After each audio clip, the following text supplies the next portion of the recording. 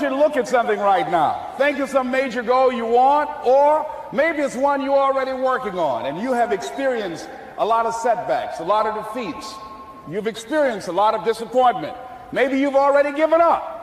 And maybe you just need a little fire, a little encouragement to get back in the game again. Here's what I want you to look at. There are winners, and there are losers, and there are people who have not discovered how to win. And all they need is some coaching. All they need is some help and assistance, just a little support. All they need is some insight or a different strategy, a plan of action to make some adjustments that will open up the key to a whole new future for them, that will give them access to the unlimited power that they have within themselves. That's all that they need. So what I want you to do is think about something you want for you, that's real for you, that's important for you, that will give your life some special meaning and power. And I don't even want you to say, I can do that. I don't want you to assume that. See, 5 years ago, when I started out in this area, I would not have been able to make the mental leap that I would be up to where I am right now. I don't want you to begin to just psych yourself out. No. I want you to be able to say something to yourself that will enable you to maintain a level of integrity with yourself. That when you say this, even when you face tremendous setbacks, it will be a benchmark to keep you in the game, to keep you moving forward and experimenting and readjusting your strategy and your plan of action, continuously looking for ways to win. So what is that something? When you got an idea you want to move on, you might not have the money, you might not have the education, you might not have the support or the resources you need. What is that something that can keep us going, that will enable us to act on our dream? What's one of those keys that will begin to help us to discover the secrets to our dream? Here's what I want you to repeat after me, please, with power and conviction. Say, it's possible. It's possible. That's all I want you to do when you look at your dream. Just say to yourself every day, it's possible. Just say that every day to yourself, it's possible.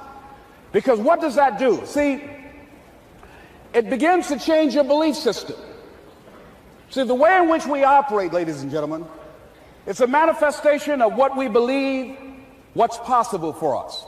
Whatever you've done up to this point, all that it really is a duplication, it's a reproduction of what you believe subconsciously that you deserve and what's possible for your life. Most people operate out of their personal history, out of their memory, things they have done, things they've experienced, things they've seen, things that they have observed. What I'm suggesting that you operate out of a larger vision of yourself. I want you to see yourself doing what you want to do, experiencing what you want to experience, having what you want to have, doing what it is that gives your life some meaning and value. Operate out of your imagination, not your memory. Because whenever you look at where you want to go, I'm wanting to warn you, you will have some conversation back here after you go through the data that you've experienced in life saying you can't do it. And so what you want to begin to do is ignore that inner conversation. Well, most people, ladies and gentlemen, when something happens to them, what they do is they begin to believe that that's the way it is. That's the way it's always been. And they can't see the possibility of it being any different. Example, before April 1954, the common belief, the universal belief, because it had been tried again and again and again, and people had failed, the belief was that man was not physically capable of breaking the 4-minute barrier, that he could not run a mile in less than 4 minutes. That was the belief on the planet. It had never been done. But here's what happened, ladies and gentlemen. Roger Bannister came along, and he broke the 4-minute barrier. Now, here's what's significant about that. Since that time, up to this day, over 20,000 people have done it, including high school kids. What changed?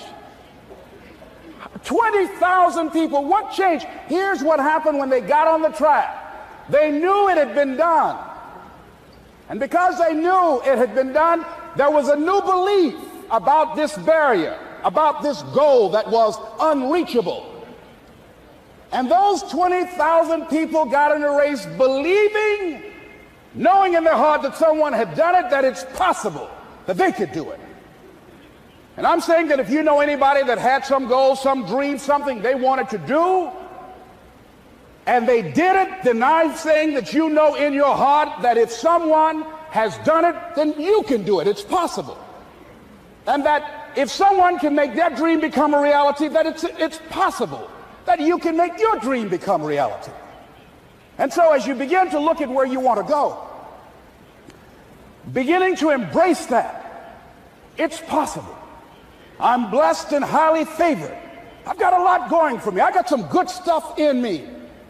And it's possible that I can bring my greatness out here in the universe, that I can do what I want to do. It's possible I can write my own book. I can have my own business. I can take the trip and travel around the world. It's possible. I can bounce back from adversity and reinvent my life. It's possible. Regardless of where I am, that things can get better for me.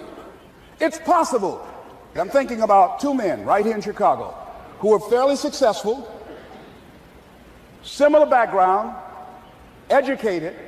They worked for a corporation for many years, and they were among many people that were laid off. Two guys who were very good friends.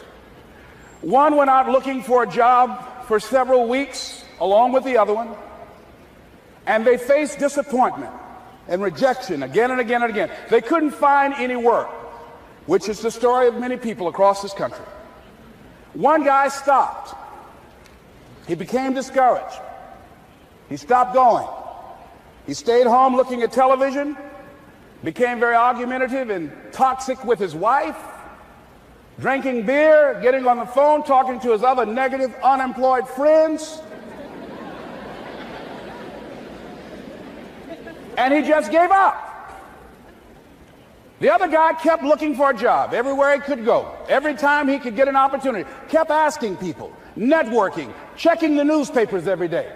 Kept going everywhere he could, trying to find a job. You have too much education. You're overqualified. You won't be here long enough.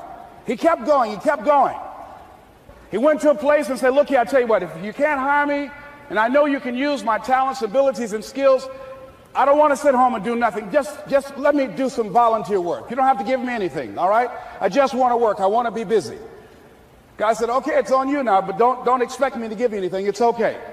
This guy came in and worked. He was the first one there. The last one to leave was the best employee there. About 4 weeks later, one of the top managers quit. They were looking for a replacement. Guess who they selected? This other guy. This guy who was volunteering his time. He got the job. What was the difference between the two men? Eyesight and mindsight. Eyesight is judging on what you see, judging according to appearances. But mindsight is how you interpret what you see. One guy said, it's not possible, it's over, I'm finished. I can't do it. I can't make it. He surrendered. I've faced rejection again and again. I'm not going anymore. There are no jobs out there. But this other guy, he felt that in spite of the no's and rejections, in spite of how bad the economy is, in spite of what the newspapers are saying, that it's possible that somebody somewhere will give me a job. He just kept going, thinking it was possible. And guess what, ladies and gentlemen? That's what we have to do with our dreams.